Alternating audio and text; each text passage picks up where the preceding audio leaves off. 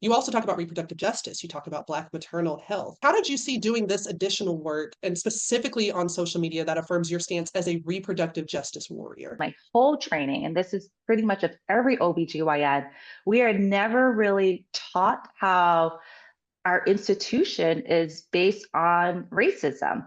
I still remember the lecture of Dr. Marion Sims as like the father of modern gynecology. And that was it. So I remember I left medical class like, man, this guy was great. He made us like we still use speculums, devices named after him.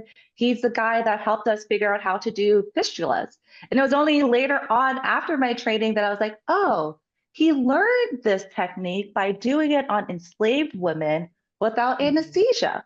And there was Yes. never any mention of any of them throughout any of my training.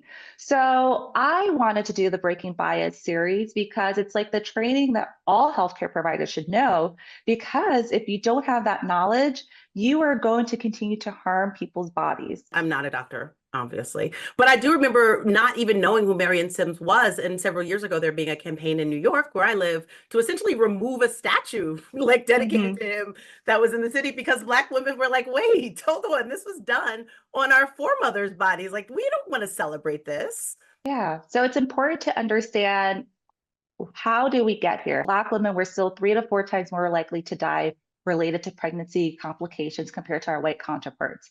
And that's even including like people like myself. Even though I'm an OB-GYN, there's data that says I'm still at a higher risk of dying from pregnancy with complications. And it's racism. It's not race, it's racism.